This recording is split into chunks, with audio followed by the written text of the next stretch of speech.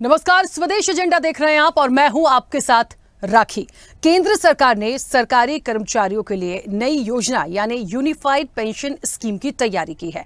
यह पेंशन योजना सरकारी कर्मचारियों के लिए 1 अप्रैल 2025 से लागू की जाएगी। सरकार इस योजना के तहत कर्मचारियों को एश्योर्ड पेंशन देगी। इस योजना में कर्मचारी की मौत के बाद फैमिली को भी पेंशन दी जाएगी। साथ ही इसके तहत मिनिमम एश्योर्ड पेंशन भी दी जाएगी। 23 लाख सरकारी कर्मचारियों को यूपीएस का लाभ मिलेगा, जिसके तहत कर्मचारी के 12 महीने की एवरेज बेसिक सैलरी का 50% यानी 50% हिस्सा रिटायरमेंट के बाद आजीवन दिया जाएगा। हालांकि कर्मचारियों को कम से कम 25 साल तक सेवा देनी होगी और समय समय पर इस पेंशन में महंगाई राहत यानी इसे भी जोड़ा जाएगा। और इन सबके बीच में यहां पेंशन के 3 प्रकारों को पहले समझना होगा। देखिए, पहले ओपीएस, फिर एनपीएस और अब यूपीएस की तैयारी। विपक्ष हमेशा ओपीएस यानी ओल्ड पेंशन स्कीम की मांग करता रहा है।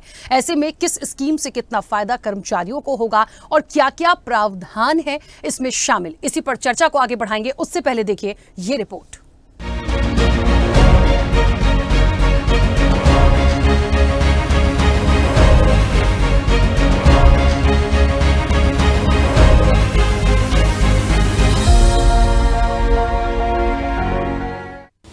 पेंशन यानी नौकरी से रिटायरमेंट के बाद बुढ़ापे में गुजर बसर करने का सहारा। 2003 में पुरानी पेंशन योजना ओपीएस समाप्त होने के बाद से ही ये सरकारी कर्मचारियों के लिए अहम मुद्दा रहा है। 2004 में केंद्र सरकार नई पेंशन योजना एनपीएस लेकर आई थी, जिसका कर्मचारी संगठनों ने भारी विरोध किया।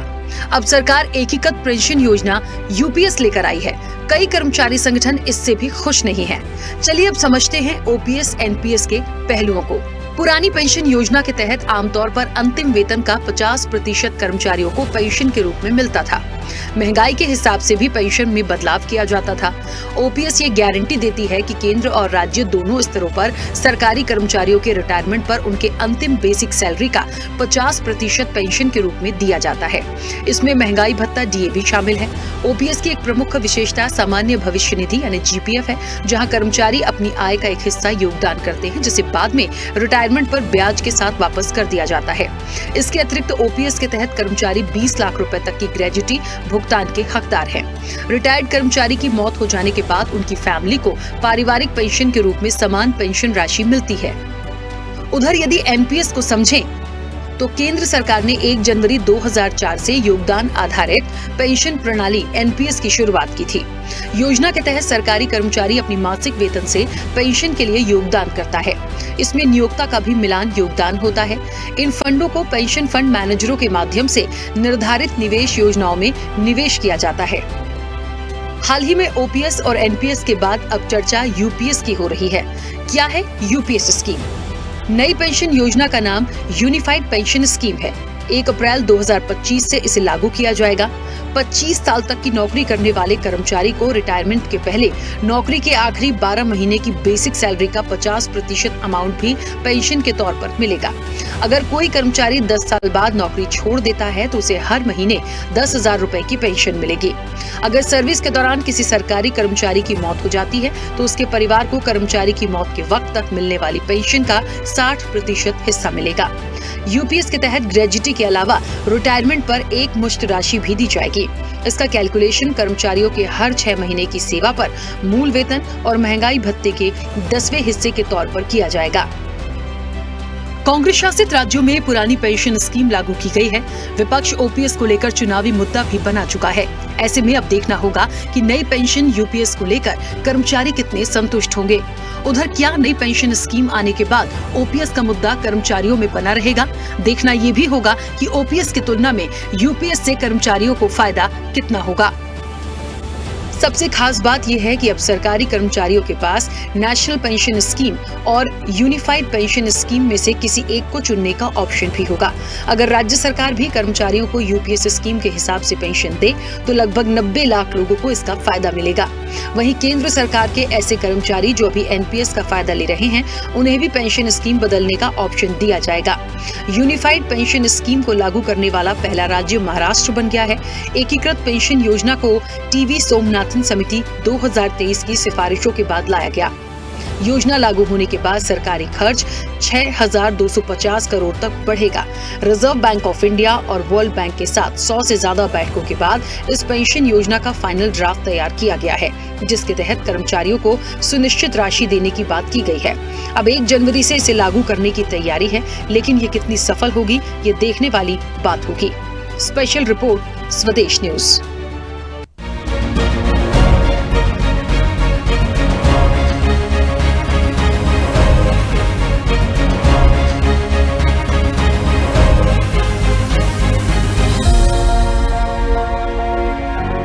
तो पेंशन पर प्रपंच और जाहिर तौर पर यदि ओपीएस की बात करें तो ओपीएस पर यूपीएस का पंच तो है। देखिए, पहले ओपीएस की बात होती थी, फिर उसके बाद काफ़ी ज़्यादा जो कर्मचारी संगठन हैं, पेंशन कर्मचारियों की तरफ से भी बहुत सारी चीज़ें ऐसी आई, इसको साइड किया गया। फिर उसके बाद एनपीएस की बात आ गई, अब यूपीएस की बात आ रही है। ओपीएस और यूपीएस को यदि समझने की कोशिश करेंगे तो बहुत सारी चीजों की सिमिलैरिटीज ऐसे रखी गई है कि कुछ कुछ पॉइंट्स को उठा के इधर दे दिया गया है ताकि कैसे भी करके खुश करके इसको नए तरीके से लाया जाए। लेकिन एक सवाल है कि अभी भी इसके बाद जो कर्मचारी संघ है वो खुश नहीं है।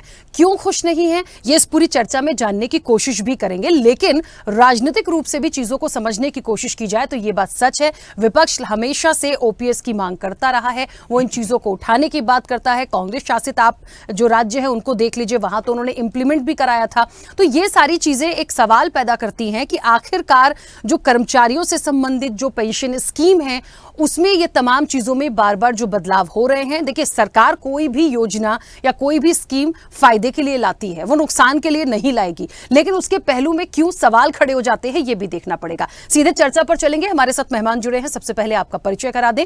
भारतीय जनता पार्टी का पक्ष रखने के लिए केसी जैन हमारे साथ जुड़े हैं। केसी जैन जी, बहुत स्वागत चर्चा में जुड़ने के लिए। कांग्रेस का पक्ष रखेंगे बीबी शर्मा। बीबी शर्मा जी, आपका भी बहुत स्वागत है। संजीव जावा हमारे साथ जुड़े हैं, राष्ट्रीय अध्यक्ष हैं झाड़ू सेना के। संजीव जी, आपका भी बहुत स्वागत है।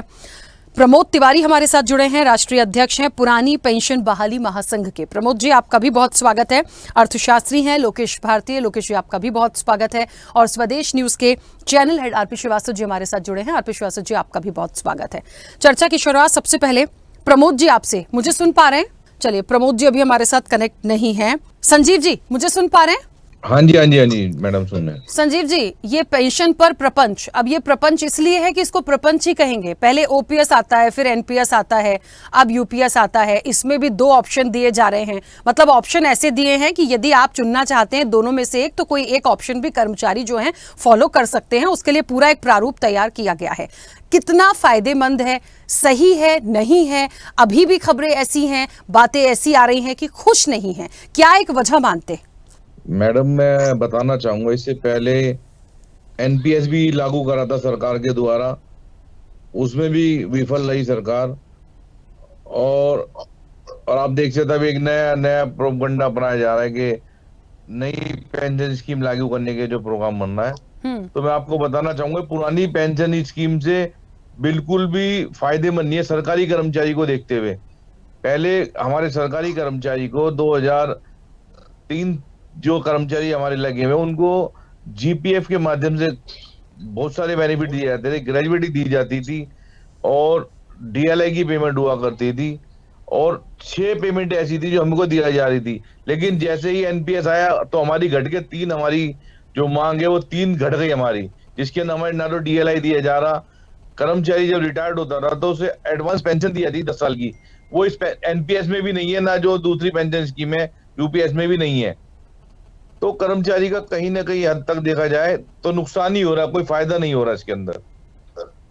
लेकिन एक बात है ना संजीव जी, यदि सरकार कोई भी स्कीम लाती है, पेंशन तो मुझे लगता है कर्मचारियों का एक राइट, अधिकार जैसा होता है। यदि वो कोई चीज ला रहे हैं या उसका कोई प्रारूप तैयार कर रहे हैं तो वो कर्मचारियों के अनहित के लिए नहीं होगा, वो हित के लिए ही होगा ना। जी, वो आपकी बात सही है, हित के नहीं होगा। लेकिन अगर हम इसी को दोनों को, अगर हम जो हमारा इतना जो खर्चा हो रहा है इसको रोकते हुए पुरानी पेंशन स्कीम लागू करें जो 2004 से पहले कर्मचारी को बेनिफिट, अगर वाकई में सरकार चाहती है कि कर्मचारी खुशहाल रहे, उसको भविष्य उसका अच्छा रहे, तो पुरानी पेंशन बहाल क्यों नहीं करती सरकार? पुरानी पेंशन बहाल होनी चाहिए हमारी, जो नहीं हो पा रही। ठीक है, चलिए वापस आऊंगी। प्रमोद जी जुड़े हमारे साथ। चलिए प्रमोद जी भी हमारे साथ जुड़ गए। प्रमोद जी मुझे सुन पा रहे हैं? प्रमोद जी, नमस्कार। हाँ प्रमोद जी, मुझे ऐसा लगता है नमस्कार। आज के विषय पे सबसे अच्छा आप अपनी प्रतिक्रिया रखेंगे, और इसलिए क्योंकि आप तो पुरानी पेंशन बहाली महासंघ के राष्ट्रीय अध्यक्ष हैं। अभी चर्चा चल पड़ी है, ओपीएस तो था ही, उसके बाद एनपीएस, अब यूपीएस, तो क्या परेशानी कहाँ आ रही है? ऐसा कह रहे हैं कि बहुत अच्छा नहीं है, अभी संजीव जी भी कह रहे थे कि नहीं, जो पुरानी पेंशन है ओल्ड, उसको बहाल करना चाहिए। विपक्ष हमेशा से इसको लेकर अपनी लड़ाई लड़ रहा है, लेकिन उसको बहाल नहीं करना, नई चीज को, नए प्रारूप को लाने की तैयारी है। अच्छा, एक पक्ष ये भी देखना पड़ेगा कि सरकार, ये बहुत समझने का विषय है कि कर्मचारियों के लिए वो अनहित नहीं करेगी, कोई भी चीज हित के लिए ही लाएगी ना, तो परेशानी कहाँ है इसमें? हेलो, हाँ बोलिए। मैं प्रमोद तिवारी, राष्ट्रीय अध्यक्ष पुरानी पेंशन बहाली महासंघ। मैं ये मैडम, जो पुरानी पेंशन 2005 में जो बंद की थी गवर्नमेंट ने, हमारा, हम ये चाहते हैं कि पुरानी पेंशन ही बहाल होना चाहिए। जो ये यूपीएस जो गवर्नमेंट ने लागू किया है, उसमें 100% जो इनका पैसा जमा होगा, पूरा पैसा उनको जमा रहेगा, तो उसमें एक पैसा ये नहीं निकाल सकते, ठीक है ना। और जो नई पेंशन जो लागू करी थी उन्होंने, उसमें 60% निकाल सकते थे, 40% तो पेंशन बनती, लेकिन वो पेंशन को बनती 3000, 4000, 2000। हम चाहते हैं कि पुरानी पेंशन बहाल हो, उनको बुढ़ापे की लाठी मिले, बुढ़ापे छुपाने की चादर मिले, उनका बुढ़ापा ढंग से चले, हमारी ये मांग है। तो एक बात बताइए, यदि ओपीएस की बात नहीं हो रही है, लंबे समय से वो तो डिमांड में है लेकिन नहीं हो रहा, उसके बाद एनपीएस आ गया, एनपीएस को भी वो रिस्पॉन्ड नहीं मिला जो मिलना चाहिए था। देखिए कर्मचारी क्या करेंगे, वो अपनी सिर्फ मांग रख सकते हैं, तमाम चीजें रख सकते हैं, लेकिन ये पूरी चीजें सरकार के समक्ष तो जाती होंगी। आप जो बात यहाँ कह रहे हैं, वहां भी तो आप लोगों ने अपनी बात को रखा होगा ना? नहीं, हम तो हर जगह यही बात रखते हैं, 2005 से जो पुरानी पेंशन बदली थी वही लागू होना चाहिए। मतलब आप भी इसके समर्थन में हैं कि ओल्ड पेंशन स्कीम को ही बहाल किया जाए, आपको एनपीएस और यूपीएस की जरूरत नहीं है? बिल्कुल ठीक है, चलिए वापस आऊंगी। लोकेश जी मुझे सुन पा रहे हैं? लोकेश जी सुन पा रहे हैं मुझे? हाँ लोकेश जी, एक बात है, यदि ये योजना लागू होती है, आपसे मेरा सवाल थोड़ा इकोनॉमी को लेकर होगा, क्योंकि आप एक इकोनॉमिस्ट हैं। बड़ा सवाल ये है कि यदि इसको लाने की तैयारी है, 100 बैठकें हुई हैं, मंथन हुआ है, आरबीआई के साथ बैठा गया है, वर्ल्ड बैंक के साथ बैठा गया है, और 6250 करोड़ तक का एक भार बढ़ने की बात हो रही है, तो ये तमाम चीजों को कैसे समझे? दूसरी चीज, जिनके लिए लाने की बात हो रही है वो लोग तो नाखुश हैं, तो इसके पीछे क्या एक मंशा आप समझ पा रहे हैं? कैसे ये हो पाएगा? क्या ये जायज होगा, नहीं होगा, कैसे इसको देखते हैं? राखी जी, सबसे पहले तो मैं आपको बता दूं, ये जो योजना यूपीएस है ना, जैसे हमारे गौतम बुद्ध है, उन्होंने एक मध्यम मार्ग दिया था। तो पहले हमारे पास में ओपीएस हुआ करता था, फिर एनपीएस आया, और यूपीएस को अगर आप समझेंगे तो वो एक मध्यम मार्ग है जहां पर हम ओपीएस और यूपीएस दोनों को लेके आ रहे हैं। नंबर एक चीज। दूसरा कि जिनके लिए लेके आया जा रहा है वही विरोध कर रहे हैं, तो उसका कारण समझ लेते हैं।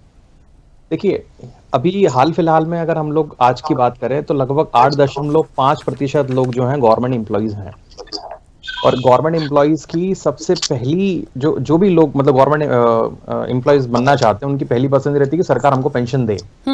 ठीक, अब एनपीएस में वो सिस्टम तो रहा नहीं। अब ओपीएस में क्या है कि पूरा का पूरा जो योगदान है वो सरकार का है, तो सारे सरकारी कर्मचारी ये चाहते हैं कि भाई हमारे पास से कुछ नहीं जाए, सारा पैसा सरकार दे दे, और बदले में हम उनसे क्या ले लें, पेंशन ले लें। देखिए ऐसे चल नहीं सकता ना। क्यों नहीं चल सकता? क्योंकि आप सरकार को सर्व कर रहे हैं, उसके बदले में आपको सरकार सैलरी दे रही है। हाँ, आप एक सोशल बेनिफिट स्कीम के फॉर्म में इसको अगर देखेंगे तो सरकार आपकी जिम्मेदारी लेती है, जो ओपीएस में लेती थी सरकार, कि पैसा भी वही निवेश कर रही है और आपके रिटायरमेंट के बाद में पैसा भी आपको दे रही है। अब इसमें क्या हो रहा है कि जब ओपीएस खत्म हुआ 2003 में, तो 2003 में खत्म होने के बाद में जब एनपीएस आया 2004 में, तो उसके पीछे राखी जी मुख्य कारण क्या था, मैं आर्थिक रूप से आपको बता देता हूं कि हमारा जो राजकोषीय घाटा है बहुत तेजी से बढ़ रहा था। अब राजकोषीय घाटा वास्तविकता में क्या है कि जब हमारी आमदनी जो है 98 और 71 रुपया, तो उससे घाटे होते हैं। अब ये घाटे जब भी हम किसी से पूछते, सरकार से पूछते, सरकार एक ही बात कहती थी, हमारे पास में आय के स्रोत कम है और हमारे पास खर्चे बहुत हैं, तो क्या किया जाए। तो सबसे महत्वपूर्ण चीज ये कि हम हमारे फिस्कल डेफिसिट को कम करें, और उस टाइम पर मैं आपको वास्तविक आंकड़ा बता रहा हूं, 5.3% था, 5.3%। इसे अगर हम लोग FRBM एक्ट जो सरकार ने पारित किया 2003 में ही और मध्य प्रदेश में लागू हुआ 2005 में, तो उसको 2% से हमको कम करना है। अब ये 2% से कम करना है मतलब कि हमें कुल मिला के घाटा कम करना है। और बहुत बड़े लेवल पे ये जो सरकारी कर्मचारियों को पेंशन के रूप में पैसा जा रहा था, उससे हमारे संसाधन बाहर जा रहे थे। तो हो क्या रहा है, इससे हो रहा है सरकार का नुकसान। तो जो गवर्नमेंट एम्प्लॉइज हैं जो इसका विरोध कर रहे हैं कि हम लोगों को पेंशन स्कीमें चाहिए, उसके पीछे मुख्य रीजन राखी जी ये है कि वो चाहते हैं कि 100% योगदान किसका हो, सरकार का हो, जो एज ए इकोनॉमिस्ट मैं गलत समझता हूं। कारण क्योंकि आपको अपने पैसे को डाइवर्सिफाइड करते आना चाहिए। अब यूपीएस में सरकार ये बोल रही है कि देखिए, अच्छा अगर हम एनपीएस से देखें तो सरकार ने पहले 14% का योगदान रखा था एनपीएस में कि हम 14% कंट्रीब्यूट करेंगे, और यूपीएस में उसमें उन्होंने बढ़ा के 18.5% कर दिया, जो कि सरकारी का अच्छी मंशा है। लेकिन ज्यादातर लोगों का मानना यह है कि पूरा पैसा आप ही जमा करें, हम केवल आप कह सकते हो कि रिटायरमेंट के बाद में उसका बेनिफिट लें। तो कहा जाता है ना कि जो सरकार के लिए पेंशन है ना, लेकिन आम लोगों के लिए वो टेंशन है। तो होता क्या है, इससे आम जन का बहुत ज्यादा इससे नुकसान होता है। जी ठीक है लोकेश जी, अब डिफाइन बहुत अच्छे से किया है, लेकिन बात फिर वही आ जाती है कि फिर इसका समाधान कैसे निकलेगा। भाई गवर्नमेंट को जो स्कीम लानी है, जो ड्राफ्ट बन चुका है वो तो आ रहा है, वो होना है, और वो अप्रैल से शुरू भी हो जाएगा 2025 में। तो मुझे लग रहा है जो चीज इंप्लीमेंट होनी है वो तो होगी। अब इसका विरोध होगा, और एक सबसे बड़ी बात कि पुरानी पेंशन को लेकर जिस तरीके से एक सवाल यहां पर उठा कि उसको बहाल करने की बात है, वो भी बहाल नहीं हो रही है। लाए तो उसको भी कर्मचारियों के हित के लिए ही थे ना। तो ऐसी कौन सी बड़ी बात हो रही है कि उसके कुछ पॉइंट्स को, ये आपने एक बहुत अच्छी बात बोली, ये बिल्कुल सच है कि ओपीएस और यूपीएस के बीच ये मतलब कुछ कुछ पॉइंट्स ऐसे हैं जो बिल्कुल, एनपीएस तो बीच में आप साइड में कर दीजिए, उसको बिल्कुल साइड में, इन दोनों का कनेक्शन बहुत है। बहुत सी चीजों को उसमें ऐसा पिन करके रखा गया है जो कहीं ना कहीं थोड़ी सी मिलती जुलती सी है, लेकिन वो असर नहीं है जो ओपीएस का था। तो ये जाहिर तौर पर शायद सवाल इसलिए भी है। खैर वापस आऊंगी। केसी जैन जी सुन पा रहे हैं? जी राखी जी। केसी जैन जी, ये पेंशन पर प्रपंच कैसे खत्म होगा? 100 बैठकें हो गई, ड्राफ्ट तैयार हो गया, इंप्लीमेंट होने की बात हो गई, तैयारी हो गई, तारीख आ गई, पर विरोध लगातार है। उस ओपीएस से ही नहीं निकल पाए थे, उसके बाद एनपीएस भी आ गया, फिर वहां दिक्कत आ गई, अब यूपीएस आ रहा है, लेकर आ रहे हैं, फिर से दिक्कत हो रही है। अभी हमारे साथ जो कर्मचारी संगठन से लोग जुड़े हैं वो बिल्कुल नाखुश हैं, उस चीज को वो एक्सेप्ट नहीं करने के लिए तैयार है। तो क्या एक बातचीत का दौर यदि उनका चलता है सरकार के साथ, तो क्यों इसकी एक ऐसी मध्यस्थता नहीं निकल पा रही है कि वो भी खुश हो और सरकार जो चाह रही है वो भी अपनी तमाम चीजों को सही सटीक कर पाए? देखिए, अभी हमारे शास्त्री जी तमाम सारी चीजें बता रहे हैं कि सरकार इन चीजों में फेरबदल क्यों कर रही है और आज इसकी आवश्यकता। तो देखिए, पहली बात ये कि जिस प्रकार से पहले क्या था कि सरकार का जो योगदान था तो 14% था, उसको बढ़ा करके सरकार ने 18.5% किया जो यूपीएस स्कीम है। तो 14% के जो योगदान सरकार का था उससे बढ़ा के अगर 18.5% किया जा रहा है, यानी कि 4.5% का एक्स्ट्रा योगदान सरकार की तरफ से बढ़ाया गया। तो ये जो एनपीएस की बीच में आई, पहले ओपीएस की ओल्ड पेंशन स्कीम, फिर नेशनल पेंशन स्कीम, और ये नई स्कीम है यूपीएस। तो यूपीएस में तमाम सारी चीजों में इस तरीके से सुधार किया गया है कि कर्मचारियों को ज्यादा से ज्यादा लाभ मिले और साथ ही साथ सरकार के ऊपर बोझ भी ना पड़े। तो इसके लिए एक तो ये था कि जितनी भी उनका फंड बनता था वो एक उसमें से 60% विड्रा कर लेते थे न्यू पेंशन स्कीम में, या उसमें इन्वेस्टमेंट होता था वो 40% होता था, उसमें से उनको पेंशन बांटी जाती थी। तो क्या होता था, वो पेंशन का जो मंथली परसेंटेज था वो डाउन हो जाता था। अब क्या है, वो 100% एक तो इन्वेस्टमेंट कर सकते हैं। दूसरी चीज क्या है कि सरकार का योगदान है वो भी बढ़ाया गया है, और उसके साथ में भी एक विकल्प भी है कि आप चाहें तो एनपीएस को ले सकते हैं, आप चाहें यूपीएस को ले सकते हैं। तो अब एनपीएस में क्या है कि 50% पैसा आप निकाल सकते हैं, उसमें से आपका जो ग्रेचुइटी का पूरा पैसा होता है 60% आप उसको निकाल सकते हैं। यहाँ पे क्या है, जो यूपीएस है उसमें आपको 100% इन्वेस्ट करना है, फिर उसमें से आपको पेंशन के रूप में पैसा समय समय पे मिलता रहेगा। तो दोनों विकल्प मौजूद है, और दोनों में चीजें डिफरेंस है, किसको किसमें लाभ मिल रहा है, इन चीजों को ध्यान में रख करके वो दोनों में से किसी स्कीम को चुन सकते हैं। और उसके लिए कुछ मास तक का समय रखा गया है, और सारा जो प्रोफार्मा इसका है कि क्या क्या चीजें क्या क्या नहीं है, ये सारे कर्मचारियों को भेजी जा रही है उसका पूरा प्रारूप तैयार करके, तो किसी को किसी तरीके से दिक्कत ना हो। लेकिन जहां तक सरकार के योगदान की बात है, जैसा कि अभी हमारे शास्त्री जी ने बताया कि पहले 100% पूरा की पूरा जो पेंशन की जितनी स्कीम थी, पेंशन का जितना पैसा सरकार की तरफ से था। अभी क्या है कि आपका जो फंड उसमें से थोड़ा थोड़ा कटता है, और उसके बाद में भी जो उसकी ग्रेजुएटी के लिए पूरा की पूरा जो आप तमाम लोग निकाल लेते थे, पहले भी ऐसा नहीं है, तमाम लोग जितना भी ग्रेजुएटी का पैसा था एक साथ निकाल लेते थे। वो शादी है, घर बनना है, कुछ है, फिर क्या होता तो उनको बड़ी सारी समस्याओं का सामना करना पड़ता था। अब ये स्कीम ही नहीं है, आपको 60% ही विड्रा कर सकते हैं, 40% तो आपका सेफ रहेगा ही रहेगा आगे की फ्यूचर लाइफ के लिए।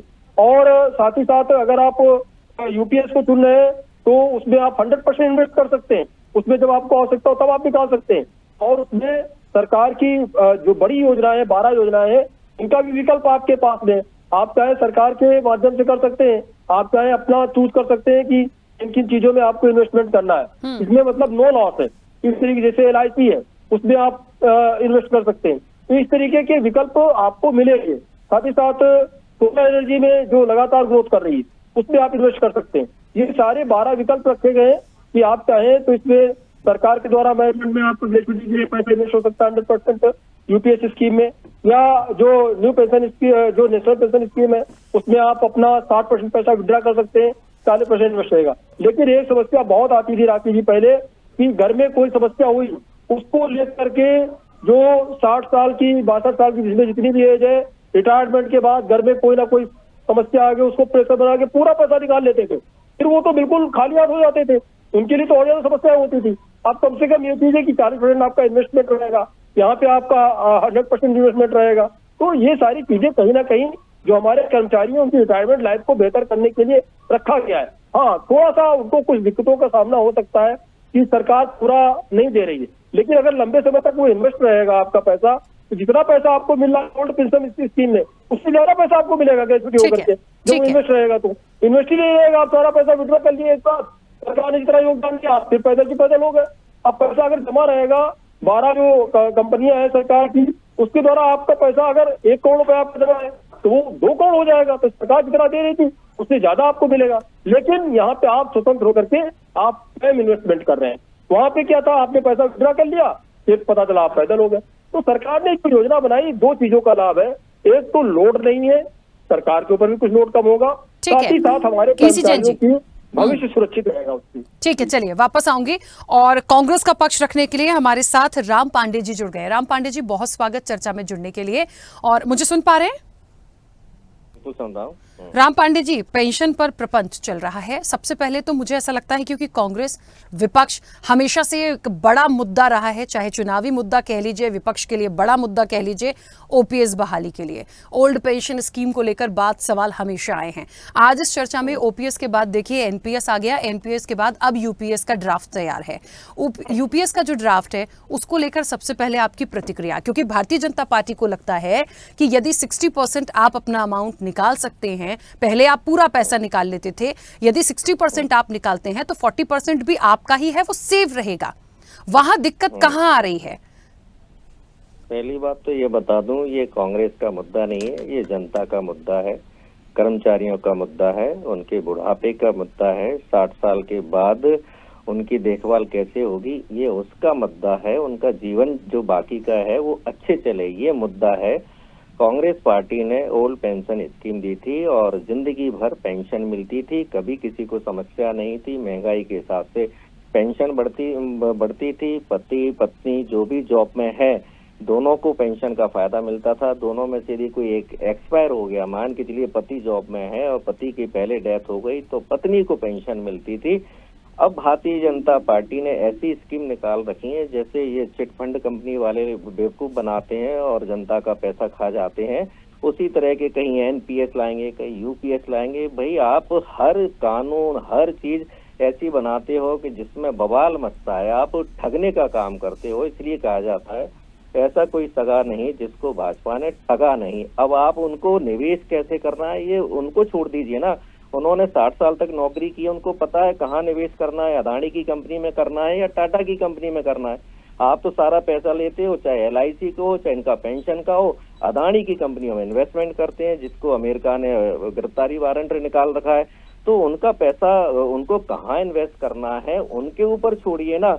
आप ये इतनी सारी स्कीम में अब आपको एनपीएस सुनना है कि यूपीएस सुनना है, फिर उनमें भी 50 तरह की स्कीम डाल दी है। आप सीधा सीधा सा उनको फायदा क्यों नहीं पहुंचाते? जैसे ओल्ड पेंशन स्कीम में कभी कोई विवाद नहीं था, ओल्ड पेंशन स्कीम की तारीफ कर रहे थे, कर्मचारी ओल्ड पेंशन स्कीम की मांग कर रहे हैं, तो ये घुमा फिरा के उनके पैसे खाने का प्रयास क्यों किया जा रहा है? और नौकरियां वैसे ही बहुत कम हो रही हैं, सारी संपत्तियां सरकारी बेची जा रही हैं, अदानी जैसों को बेची जा रही हैं, तो और वैसे ही बहुत कम है। मध्य प्रदेश की बात करें तो 33 लाख लोग बेरोजगार पड़े हुए हैं, पुलिस हो या कर्मचारी हो, डॉक्टर हो या कोई भी संस्थान हो सरकारी हो, जिसमें आधे से ज्यादा पद खाली पड़े हुए हैं। बोलते हैं लाख नौकरियां देंगे, 2 लाख देंगे, 2 करोड़ देंगे, करना धरना कुछ है नहीं। अब जो नौकरी कर रहे हैं कम से कम उनकी तो सुन लो, उनको तो पेंशन दे दो। आप पूरे देश को एक तरह से धोखा दे रहे हैं, कर्मचारियों को भी धोखा दे रहे हैं। तो मैं तो यही कहूंगा, जो कर्मचारियों की डिमांड है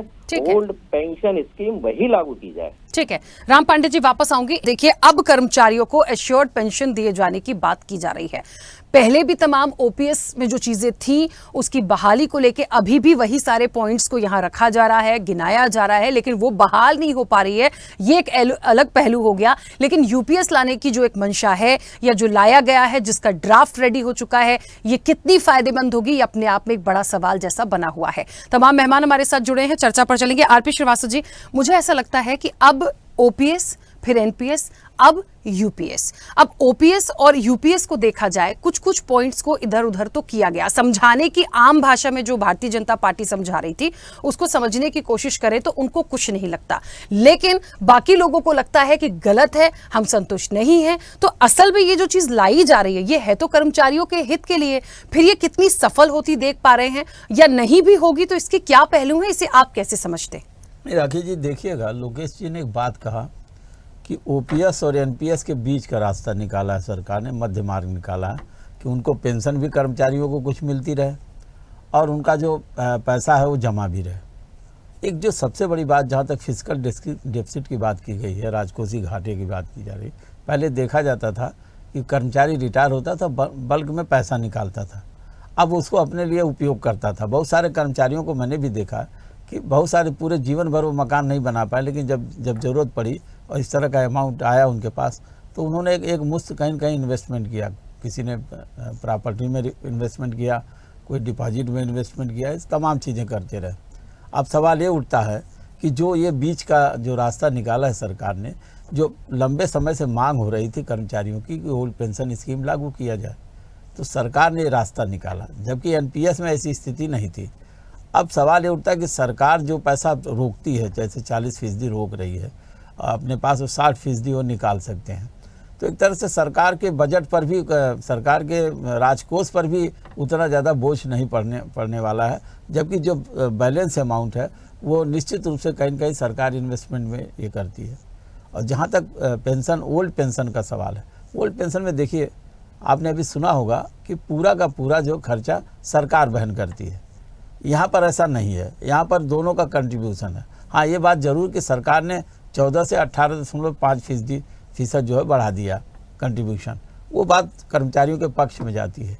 लेकिन अब सवाल ये उठता है कि जैसे ओल्ड पेंशन स्कीम है, जिसकी हमेशा से लोग जो है डिमांड करते आ रहे हैं, कर्मचारी संगठन, कर्मचारी लोग। अभी आप देखिएगा 80 साल के बाद 20% पेंशन बढ़ जाती थी, वो भी सरकार अपनी ओर से कंट्रीब्यूट करती थी। HR है, वो जो DR वगैरह जो बढ़ते हैं, ये सारी चीज़ें सरकार मुहैया कराती थी। तो एक कंफर्ट जोन में कर्मचारी तो था कि जब तक वो जिंदा है तब तक एक जो है निश्चित इनकम उसको मिल रही थी और उसके आधार पर अपना भरण पोषण कर रहा था। लेकिन अब यहाँ पर स्थिति ये है कि सरकार कर तो रही है, सरकार बिल्कुल कहीं से कर्मचारियों की जो है खिलाफ नहीं है, उनकी हितैषी है। लेकिन सवाल ये उठता है कि सरकार का राजकोषीय घाटा कितना हो रहा है, उसको भी देखना होगा। और इन सारी चीज़ों को अगर आप देखेंगे, अगर राजकोषीय घाटा ज़्यादा होगा तो निश्चित रूप से डेवलपमेंट का काम नहीं हो पाएगा। और जो ये पैसा, जो अमाउंट रोका जा रहा है, ये जो है डेवलपमेंट के प्रोग्राम में और तमाम जगहों पर इन्वेस्टमेंट होगा और वहाँ पर काम होगा। तो सरकार का भी अपना एक पक्ष सही है, लेकिन आपने देखा होगा कि 5वें वेतनमान, 6ठे वेतनमान के बाद कर्मचारियों की जो सैलरी बढ़ी है और तमाम चीज़ें बढ़ी हैं, तो उसी हिसाब से अपना ग्रेजुटी निकाल रहे हैं, पूरे फंड निकाल रहे हैं। तो उसको रोकने का एक तरीका निकाल लिया सरकार ने कि आप पहले एनपीएस में जाएंगे, लेकिन देखा कि उससे उसका बड़ा विरोध है कर्मचारियों का, तब ये बीच का रास्ता निकाला सरकार ने। और ये जो आने वाले समय में 1 अप्रैल से जो लागू होगी स्कीम, अब इसके बाद क्या स्थितियां होगी, कर्मचारी संगठन या कर्मचारी इसको किस तरह से लेते हैं और उनका क्या घाटा क्या नुकसान होता है, क्या घाटा क्या फ़ायदा होता है, ये भी समझने वाली बात है। एक अर्थशास्त्री होने के नाते हमको लगता है लोकेश जी बेहतर ढंग से समझाएंगे कि किस तरह से ये जो है कर्मचारियों के फायदे की स्कीम है। बिल्कुल। और एक बार फिर से कई सारे मेहमान क्योंकि अपनी बात रखना चाहते हैं, प्लीज रेज योर हैंड। मैं बहुत जल्दी से सबकी प्रतिक्रिया लूंगी। पहले कुछ कहना चाह रहे हैं लोकेश जी, आप अपनी बात रखिएगा। और ये बहुत जायज सा सवाल है। देखिए, मेरा एक छोटा सा सवाल है लोकेश जी, कितना भार बढ़ेगा, कितना खर्च आएगा सरकारी खजाने पे, ये तमाम बातें सामने है। मैंने एक आंकड़ा अभी रखा था 6250 करोड़ तक सरकारी खर्च जो है वो भी बढ़ेगा। ये तमाम चीज़ें इंप्लीमेंट होती हैं, वो भी सरकार को देखना है, वो भी किसी चुनौती से कम नहीं होता है। तो मैंने पहले ही कह दिया था कि जो भी कर रहे हैं वो अपने हित को, तमाम चीज़ों को देख के तो कर ही रहे हैं, प्लस वो रास्ता ऐसा निकालने की कोशिश है कि कर्मचारियों का भी हित सध जाए।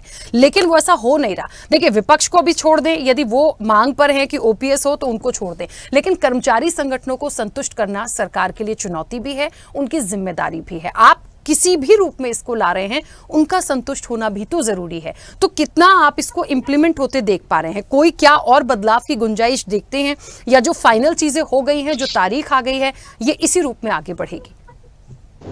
जी राकेश जी, बदलाव की गुंजाइश तो देखिए हमेशा रहती है, और हमें ये मान के नहीं चलना चाहिए कि यूपीएस ही एक आखिरी फैसला होगा सरकार का। निश्चित रूप से जैसे 18.5% का जो सरकार का कंट्रीब्यूशन है, सरकार ने खुद कहा है कि हम उसकी समीक्षा करेंगे, और समीक्षा में वो बढ़ाएंगी ही, कम नहीं करेगी। ये मैं आपको ऑन रिकॉर्ड बोल रहा हूँ आपके चैनल पे, है ना। तो ये बढ़ना ही है, इसमें कोई दो मत नहीं है। दूसरी चीज की क्या ये लागू होगा, मेरे हिसाब से 120% के लागू होगा, क्योंकि आप ये समझिए जिनके हित के लिए बनाई गई ये स्कीम, तो अगर वो उसका विरोध भी कर रहे हैं तो आप समझिए कि जो बनाने वाले हैं उन्हीं के ही लोग हैं, उन्हीं के ही चुनिंदा जो लोग थे जो सरकार के संपर्क में आते हैं, और सरकार जो है उनसे सजेशंस लेके फिर आगे बढ़ती है। ये नंबर 1 चीज हो गई। दूसरा, ओल्ड पेंशन स्कीम्स को मैं एज ए इकोनॉमिस्ट बिल्कुल सपोर्ट नहीं करता। मैं आपको उसके कुछ कारण बता देता हूं ताकि हमारी जनता को और जो लोग जुड़े हुए हैं थोड़ा उन्हें भी समझ में आए। देखिए, अगर देश में महंगाई का जो मुख्य कारण है वो ओल्ड पेंशन स्कीम है, मैं आपको एक एक करके क्लियर करूंगा। दूसरा, बेरोजगारी का जो मुख्य कारण है वो ओल्ड पेंशन स्कीम है, अगर हम लागू करेंगे तो। और जो इनकम इनइक्वालिटी जिसको हम लोग बोलते हैं कि आय की जो असमानताएं हैं देश में, उसका भी एक जो मेन कारण है वो क्या है, ओल्ड पेंशन स्कीम से, क्योंकि बहुत सारे लोग तो ले ही रहे हैं। अब ये कैसे हैं? अब देखिए, कोई प्रोफेसर अगर मान लीजिए 2 लाख की सैलरी से रिटायर हो रहा है ना, ओल्ड पेंशन स्कीम में आप जानते हैं लॉस ड्रॉन जो सैलरी आपकी प्लस डीए, और डीए में भी आप देखेंगे इन्फ्लेशन जोड़ते हैं वो हर बार। अगर डीएनएस अलाउंसेस बढ़ रहे हैं तो उसके हिसाब से आपका पेंशन बनेगा। तो 2 लाख का आधा हो गया 1 लाख रुपए। अब राकेश जी, इसको ऐसे समझिए कि एक व्यक्ति जो पेंशन ले रहा है वो काम तो कुछ कर नहीं रहा, सरकार उसको बदले में 1 लाख रुपए दे रही है।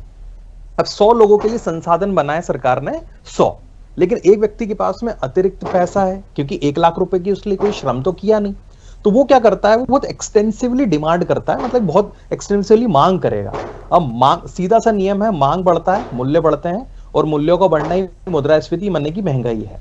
तो आप देखिए कि किस प्रकार से एक ओल्ड पेंशन स्कीम जो कि एक कल्याणकारी स्कीम है, लेकिन उसकी वजह से महंगाई बढ़ रही है। दूसरा कि ये जो पैसा सरकार 1 लाख रुपए दे रही है, आप इसको ऐसे समझिए कि अगर 10 लोगों को 1-1 लाख रुपए दिए जा रहे हैं तो 10 लाख को क्यों ना अच्छी जगह इन्वेस्ट कर दिया थोड़ा सा जाए। इंटरप्ट करूंगी, एक पॉइंट और है। ओपीएस को जितना मैंने आज पढ़ा समझा, बहुत बेहतर आप अपनी बात रख रहे होंगे, लेकिन ये जो महंगाई वाला एक पॉइंट आपने रखा है, मैं बिल्कुल सहमत हूं, लेकिन इसमें यह भी था कि महंगाई के हिसाब से भी पेंशन में बदलाव किया जाता था।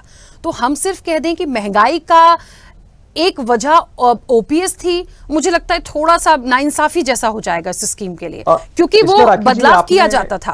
खुद ही बता के उस चीज को सॉल्व कर दिया है। मेरे कहने का मतलब ये था कि डियरनेस अलाउंसेस जैसे जैसे बढ़ेंगे, हाँ। 1 लाख रुपए अगर आज मेरी पेंशन है तो वो बढ़ के फिर 1,20,000 हो सकती है या 1,30,000 रुपए हो सकती है। तो कहने का मतलब ये है कि मेरे पास में जितना पैसा आएगा मैं अतिरिक्त मांग करूंगा, और सरकार के पास में हमेशा सीमित संसाधन होते हैं, और यही हमें इकोनॉमिक्स सिखाती है।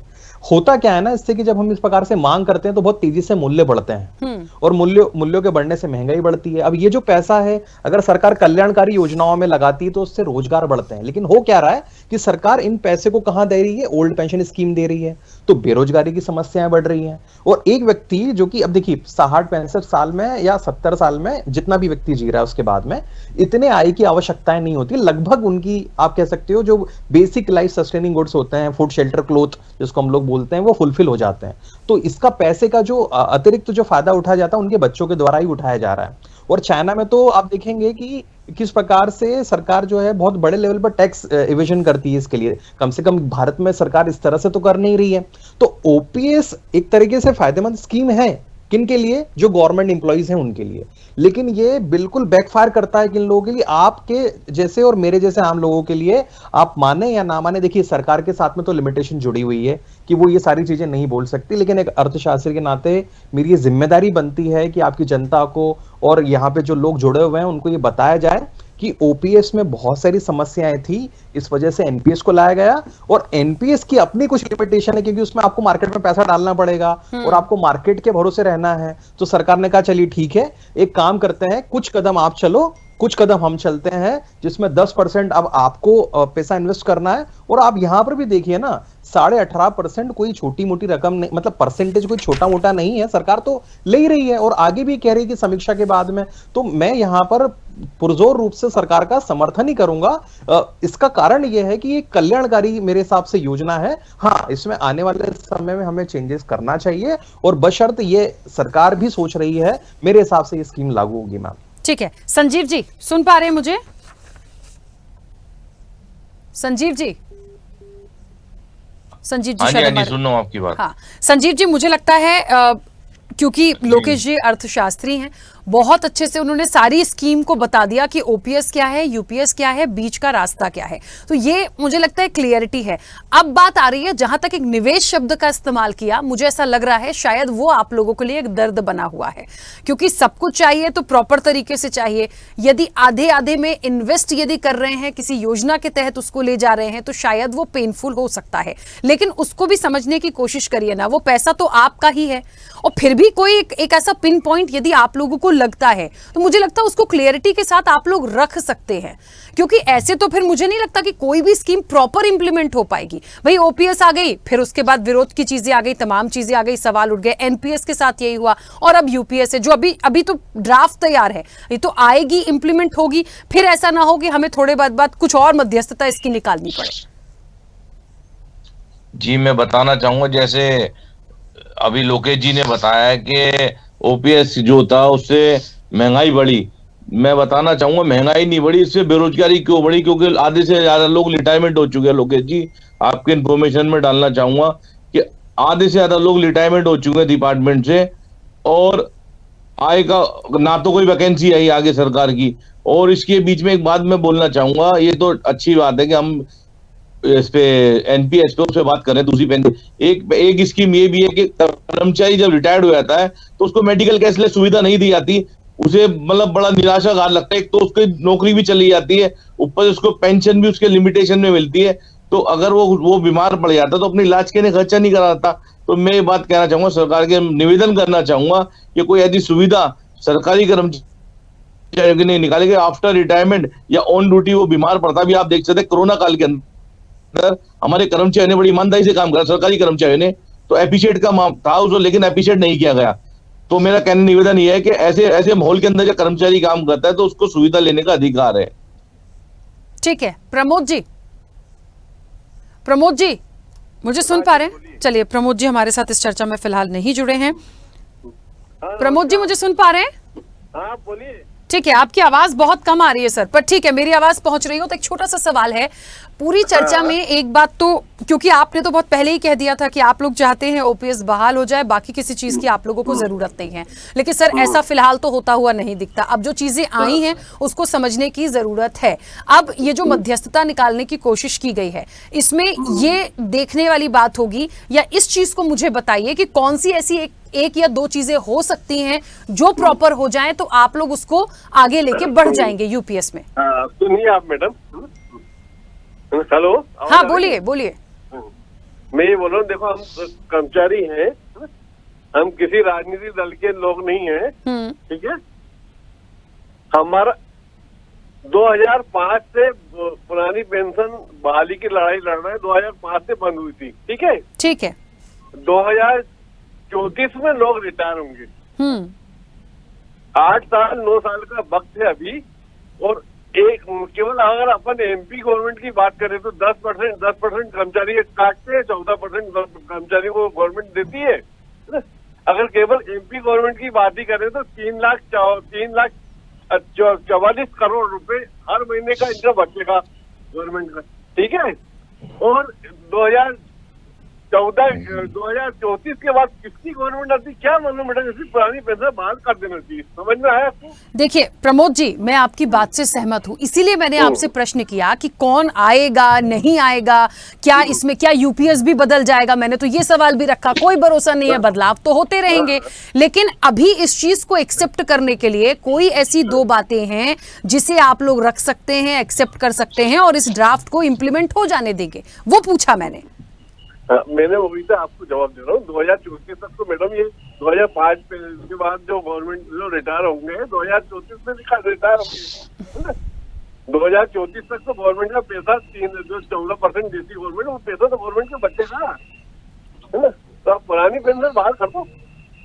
मतलब आपकी जिद है, सिर्फ आपको ओपीएस चाहिए, कुछ भी समझना नहीं है। और मतलब इतने आगे चले गए हम कि उस गवर्नमेंट में क्या होगा, कौन आएगा, ये तो बहुत लंबा वक्त है, इस बीच में क्या क्या हो जाएगा ये तो हम और आप भी नहीं जानते। खैर ठीक है।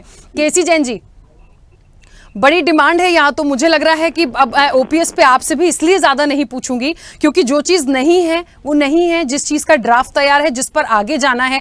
मुझे लगता है एक मध्यस्थता वाली जो चीज निकालने की कोशिश की गई है, एक बार बात हो सकती है केसी जैन जी, क्योंकि ये लोग सहमत नहीं हैं।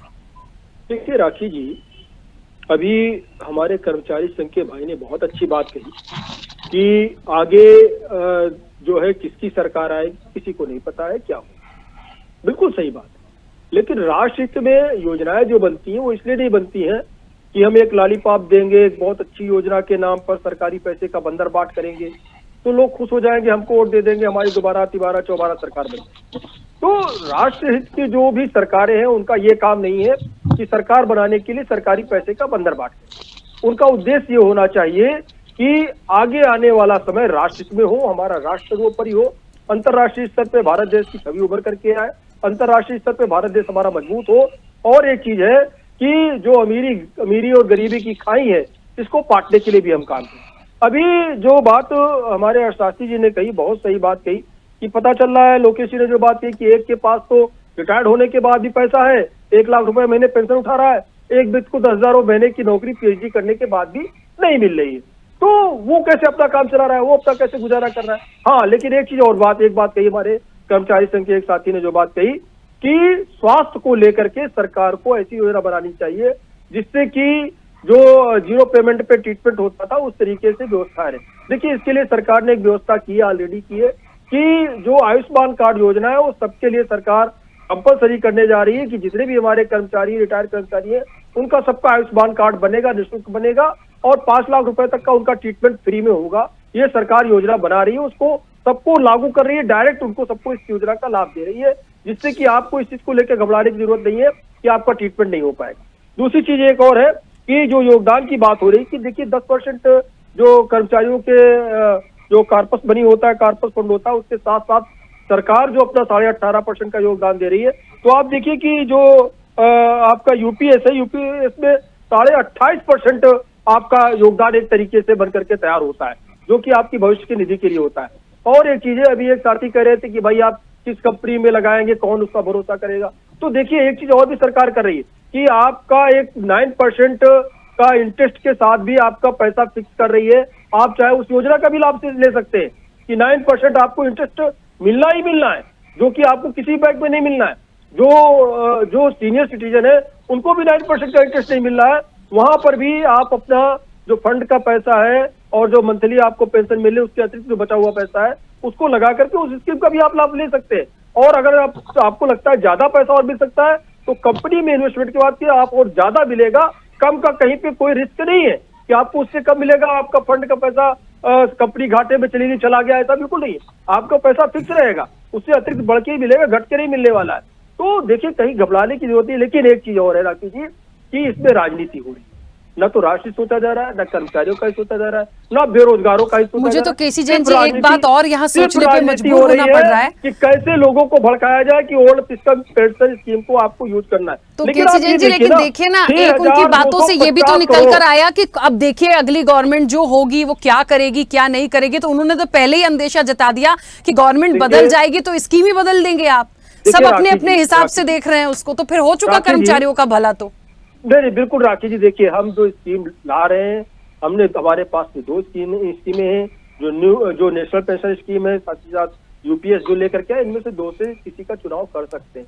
रही बात नई सरकार आने की, नई सरकार, पहली बात तो ये है कि भारतीय जनता पार्टी की सरकार अगर आती है और 100% आ रही है, जिस तरीके से मोदी जी काम कर रहे हैं, भारतीय जनता पार्टी जिस तरीके से काम कर रही है, राष्ट्र के विकास को ध्यान में रख करके काम कर रही है, अंतर्राष्ट्रीय स्तर पर भी, देश के अंदर भी।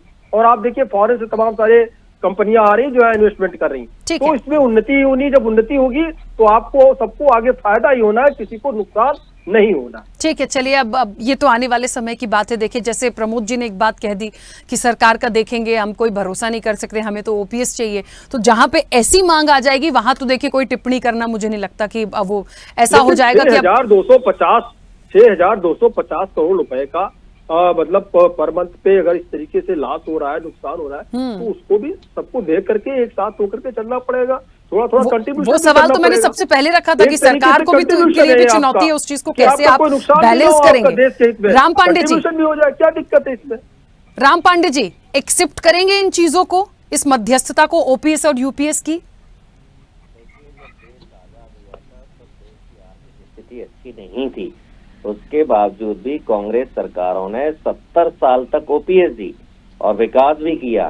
जीडीपी मनमोहन सिंह जी के समय 9% थी। अब 60 साल के बाद कोई बिजनेस करना चाहता है क्या? उसका स्वास्थ्य साथ देता है क्या? उसकी उम्र साथ देती है क्या? अब ये कह रहे हैं कि 60 साल के बाद आप रिटायरमेंट के बाद भी बिजनेस करो, यहाँ पैसा लगाओ, वहाँ पैसा लगाओ। भाई जब उनकी नौकरी लगती है तभी सब कुछ तय हो जाता है। विधायक, सांसद ये तो 5 साल के लिए बनते हैं, इनको तो हमेशा पेंशन मिलती है। यदि कोई विधायक है, राज्यसभा से अलग है, लोकसभा से अलग है, 3-3, 4-4 तरह की ये पेंशन लेते हैं।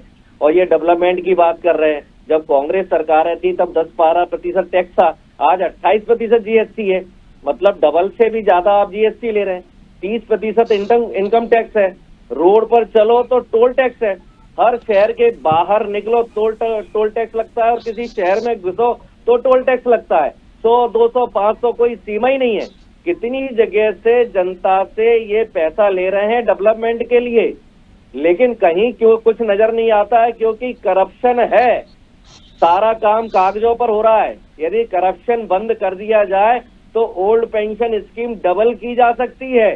सारा मामला करप्शन पर जा रहा है, और भाई उनका पैसा है, उनको डिसाइड करने दो कहाँ करना है कहाँ नहीं करना है। और आप कह रहे हो कि ये हो जाएगा, वो हो जाएगा। आपने 10 साल में 200 लाख करोड़ से ज्यादा का कर्जा ले लिया। 70 साल में देश पर 50 लाख करोड़ कर्जा हुआ था, आपने 10 साल में 4 गुना कर्जा ले लिया। और ये पेंशन इनकी जिंदगी भर हो जाएगी। यदि विजय माल्या, नीरव मोदी जितना पैसा ये लोग खाकर गए हैं उनसे वसूल कर लिया जाए तो पूरी पेंशन इनकी आ जाएगी। अब ये और इनका जो यूपीएस में और ओल्ड पेंशन में कहाँ माल्या और नीरव मोदी आ गए, ये एक और बड़ा विषय है। बिना गारंटी के बांटने वाले, बंदर बात करने वाले आप ही है। 70 साल पेंशन दी है हमने और 9% जीडीपी दी है, और IIT भी बनाए, उसके बाद IIM भी बनाए हैं, भाखड़ा डैम भी बनाया है, इसरो भी बनाया है, भाभा एटॉमिक रिसर्च सेंटर भी बनाया अरे है। किसने क्या डेवलपमेंट किया, क्या बनाया, ये विषय नहीं है। हम बात कर रहे हैं कर्मचारियों के हितों की। कर्मचारी का अधिकार है, जिस दिन नौकरी लगती है उसका कॉन्ट्रैक्ट हो जाता है। 70 साल जब कांग्रेस दे सकती है तो अब क्यों नहीं दिया जा सकता है? अब तो टैक्स डबल कर दिया है। चलिए देखेंगे। अभी जैसे कि प्रमोद जी कह रहे थे, यदि कोई गवर्नमेंट बदल गई तो क्या इसमें बदलाव हो जाएगा? हो सकता है ऐसी कोई सरकार आ जाए जो समर्थन ओपीएस का कर रही है तो वही बहाल हो जाए। मुझे तो अब ऐसा भी लग रहा है, बोलना पड़ेगा, क्योंकि कर्मचारी संगठन तो ऐसी ही डिमांड में, वो तो इसी उम्मीद में कि कुछ बदलाव हो। अब क्या सरकार बदलने के साथ यदि पेंशन स्कीम भी बदलने लगी तो ये तो और बड़ा एक विषय चर्चा का बनता है। खैर, समय की सीमा है। आरपी श्रीवास्तव जी, बहुत अच्छी, बहुत जल्दी से एक छोटी सी संक्षिप्त प्रतिक्रिया कि क्या वाकई में जो कर्मचारी हैं वो संतुष्ट हो पाएंगे या ये झगड़ा ऐसे ही चलता रहेगा? देखिए राखी जी, कर्मचारी संगठनों के नेताओं से आप बात कर रही हैं और उनकी सीधी डिमांड है कि ओल्ड पेंशन स्कीम लागू की जाए। और जहाँ तक जो सारी चीज़ें हैं, जैसे सरकार को ले लीजिए कि घाटा, राजकोषीय घाटा कितना हो रहा है, तमाम चीज़ें हैं। कई सालों से जो है सरकार जो है पेंशन दे रही है, लेकिन इसके बाद जब जो इस तरह का जो जैसे कहा ना मध्य मार्ग अपनाया गया कि पेंशन भी मिलती रहे, इन्वेस्टमेंट भी होता रहे, अगर इस बात को कर्मचारी संगठन या तमाम लोग या कर्मचारी स्वीकार करते हैं तो ये बीच का रास्ता भी हमें लगता है कि कहीं न कहीं ठीक है। और सरकार इस दिशा में जो प्रयास कर रही है उसको और भी इसमें अगर परिवर्तन हो तो कर्मचारी हितों में करने की ज़रूरत है और सरकार को करना भी चाहिए। ऐसा नहीं है कि आप देखिए तमाम पेंशन सरकार दे रही है, बहुत सारी वृद्धावस्था पेंशन, तमाम ये क्या है, लोक कल्याणकारी है। एक कर्मचारी 30 साल 35 साल नौकरी करता है तो निश्चित रूप से वो अपेक्षा करता है कि उसका आने वाला जीवन अच्छा हो।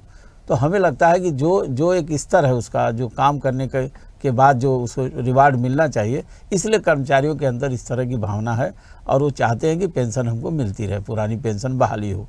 लेकिन जहाँ तक सरकार का सवाल है, हमेशा सामंजस्य बनाने की कोशिश करेगी कि अर्थव्यवस्था को किस तरह से पटरी पर लाया जाए, बेरोजगारी किस तरह से दूर हो। हालांकि अभी इसका कोई रोड मैप सरकार ने नहीं दिया है कि इससे कितनी बेरोजगारी दूर होगी, लेकिन हाँ इतना ज़रूर है कि अगर घाटा कम होगा तो निवेश ज़्यादा होगा, लोगों को रोजगार मिलेगा और लोग अच्छे से रहेंगे। चलिए, और क्योंकि समय की सीमा है, आप सभी मेहमानों का बहुत शुक्रिया इस चर्चा में जुड़ने के लिए। लेकिन एक बात और बड़ी महत्वपूर्ण है और वो ये है कि कर्मचारियों को ये भी फायदा है कि आप दोनों में से जिस स्कीम को चुनना चाहते हैं वो आप चुन सकते हैं, उसके लिए भी आपके पास पूरी गाइडलाइंस है। तो ये कर्मचारियों को भी तय करना है कि आप किसकी तरफ आगे बढ़ना चाहते हैं। रही बात इसके सफल होने की, नहीं होने की, तो ये आपके हित के लिए ही आया होगा। कहीं कोई पॉइंट ऐसा है तो मुझे लगता है उसके लिए बात की जा सकती है। अब ये तो आने वाले समय में ही देखना होगा कि वाकई में एक पूरा रोड मैप जब आएगा कि कितनी ज्यादा महंगाई को लेकर है, कितना ज्यादा बेरोजगारी को लेकर है, तभी उस पर एक सटीक आंकड़े जब आ जाएंगे तो बातचीत हो पाएगी। फिलहाल चर्चा में इतना ही। बने रहिए स्वदेश न्यूज के साथ। सबसे पहले देश।